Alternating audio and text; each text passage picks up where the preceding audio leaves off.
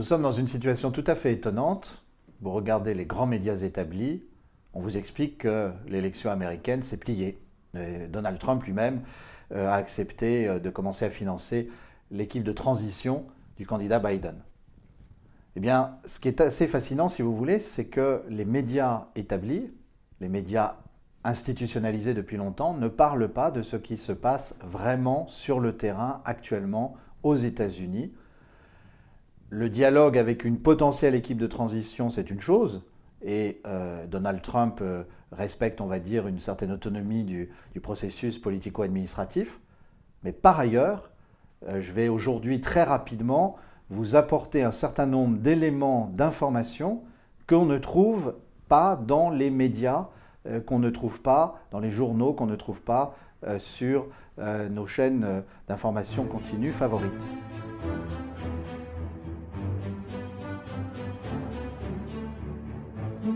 Je vous recommande pour commencer d'aller voir un site internet qui est extrêmement bien fait. Il est en anglais. Il s'appelle hereistheevidence.com. Hereistheevidence.com. C'est voici les preuves.com.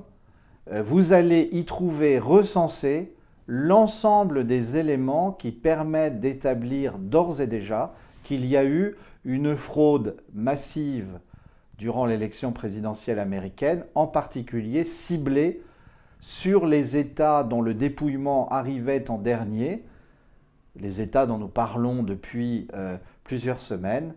Il s'agit du Nevada, de l'Arizona, de la Géorgie, de la Pennsylvanie, du Wisconsin, du Michigan, peut-être de la Virginie. Et vous allez trouver sur ce site, groupé, l'ensemble des preuves. D'une part, les dossiers juridiques qui sont déposés par les avocats de la campagne Trump, et d'autre part, vous allez trouver un certain nombre de témoignages qui sont recensés, un certain nombre de chiffres, un certain nombre d'analyses statistiques. Vous avez aussi une partie qui est très bien faite, c'est la dernière partie où les constructeurs du site vous disent très clairement, voilà des preuves reçues, mais qui n'ont pas encore été vérifiées. Alors il faut insister là-dessus, sur le fait qu'il y a énormément de preuves et certaines sont déjà avérées, d'autres sont encore à vérifier. Et dans tous les cas, contrairement à ce que l'on vous a dit ces derniers jours, ces dernières semaines, il y a un certain nombre de tribunaux américains désormais qui jugent recevables, qui jugent examinables les dossiers déposés par les avocats de Donald Trump ou ceux comme Sidney Powell qui travaillent pour défendre l'intégrité de la démocratie. Je vais vous donner deux exemples. Les avocats de Trump ont réussi à être entendus de la Cour d'appel fédérale du 3e district et du 11e district. C'est-à-dire que la Pennsylvanie et la Géorgie, désormais, sont scrutés attentivement par des juges en même temps qu'il y a des débats qui commencent dans un certain nombre de parlements des différents États américains, de chambres des différents États américains. Je vous rappelle que les États-Unis sont un État fédéral et que l'élection présidentielle a d'abord lieu, la partie suffrage universel se déroule au niveau des États. Et donc c'est là que des débats peuvent être déclenchés. Donc il y a une certitude aujourd'hui, contrairement à ce que l'on vous dit dans beaucoup de médias, ou à ce qu'on ne vous dit pas, on va dire même paradoxalement, c'est le fait que l'élection ne peut pas être confirmée puisqu'un juge a demandé que la certification des résultats en Pennsylvanie soit suspendue tant que l'on n'avait pas examiné l'ensemble des éléments apportés par l'équipe des avocats de Trump. Il y a aussi de fortes suspicions que les autorités de l'État de Géorgie se soient un peu trop précipitées pour annoncer une certification et il va y avoir d'ailleurs un certain nombre d'États où vraisemblablement il y aura encore des recomptages, où il y aura encore l'examen d'un certain nombre de bulletins. Alors, tout ça pour vous dire que toutes les hypothèses que nous avons formulées ensemble depuis quelques semaines, depuis les lendemains de l'élection présidentielle, sont en train d'être examinées et, pour beaucoup d'entre elles, confirmées. Il ne fait plus aucun doute qu'il y a quelque chose d'anormal qui s'est déclenché à partir de 23 heures dans la soirée électorale du 3 novembre. La sortie de Joe Biden à 1h moins le quart du matin, disant qu'il avait bon espoir de gagner, ne correspondait pas à la tendance profonde des dépouillements. Vous avez aussi des résultats à la fin de la nuit du 3 au 4 novembre qui ne correspondent pas aux lois statistiques ni à ce qu'on attendait des courbes telles qu'elles étaient projetées quelques heures plus tôt. Tout cela va être effectivement examiné dans les prochaines semaines.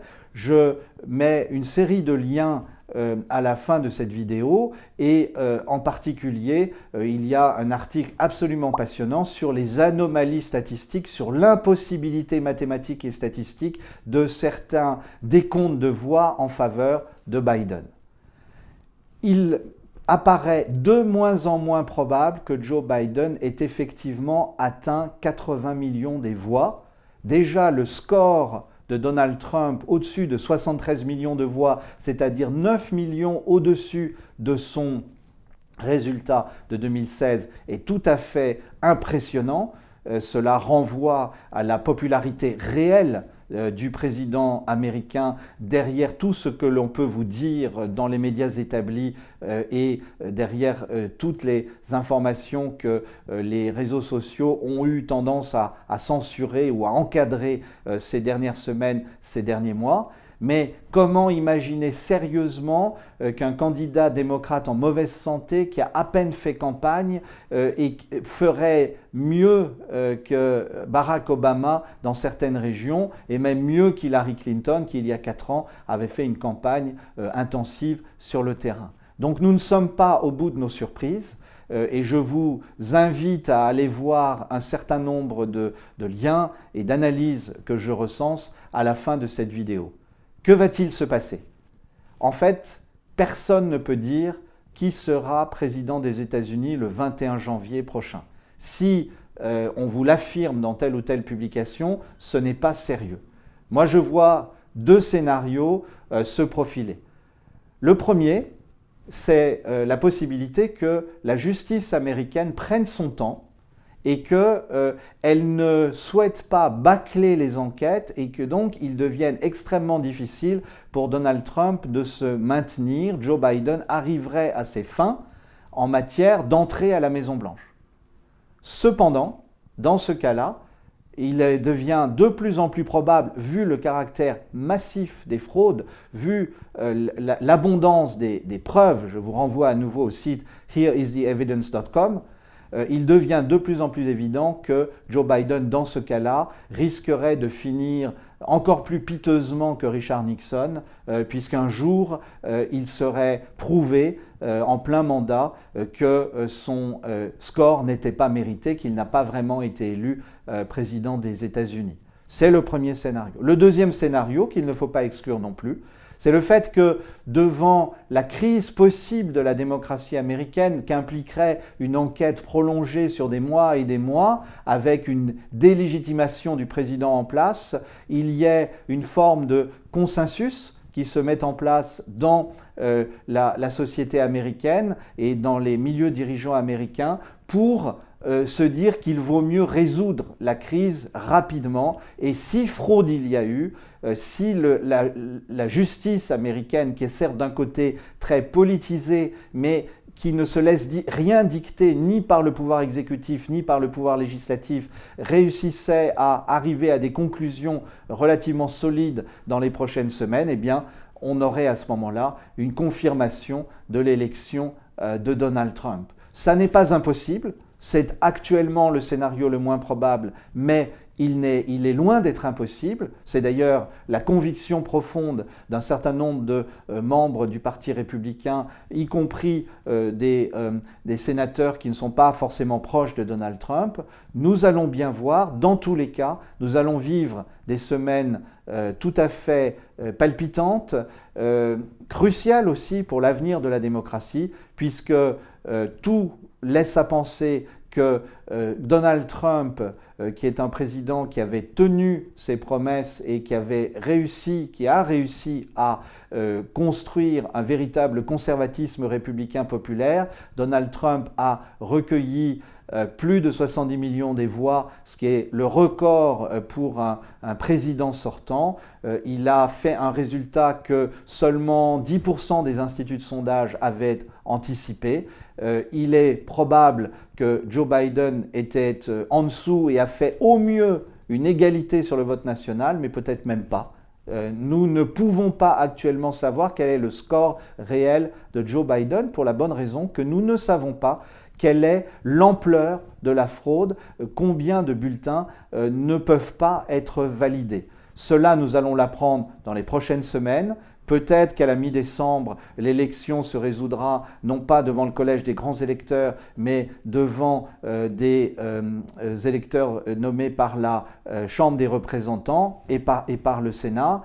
Nous verrons bien. La Constitution américaine a une vieille histoire, elle est solide, il y a un état de droit. Bien sûr, les attaques contre cette constitution de la part d'un certain nombre de représentants des grandes entreprises, de la part des réseaux sociaux, de la part des médias sont terribles pour l'avenir de la démocratie. Cependant, on sent bien que monte dans la société américaine une colère très forte contre le risque d'une élection volée, d'une élection dérobée. Et imaginons que Donald Trump ne réussisse pas à faire reconnaître son bon droit d'ici le 20 janvier, je suis prêt à prendre le pari que la suite sera absolument terrible malgré tout pour le système établi. Je ne serais pas étonné que dans les années qui viennent, on assiste au démantèlement des entreprises géantes de la Big Tech. Je ne serais pas étonné que les médias établis soient soumis à une critique de plus en plus nourrie.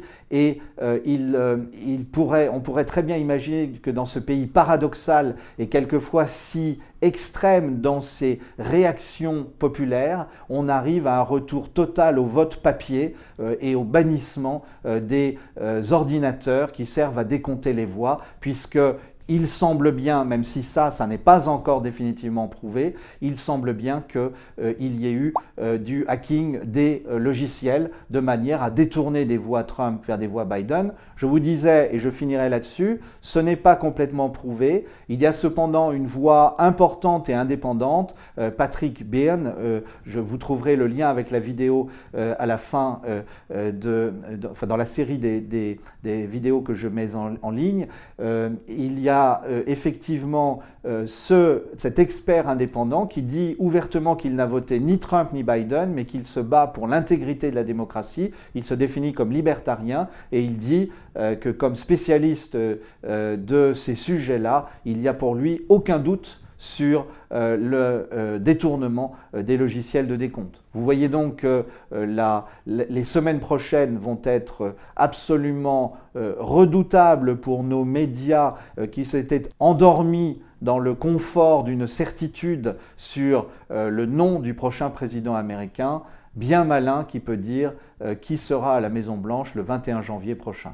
Merci de votre soutien. Merci à tous ceux qui se sont abonnés à ma chaîne dans la semaine qui vient de s'écouler. N'hésitez pas à diffuser ces vidéos. Nous faisons ensemble un travail d'information objective et dans tous les cas, n'hésitez pas à vous abonner et à faire que d'autres s'abonnent. Merci beaucoup.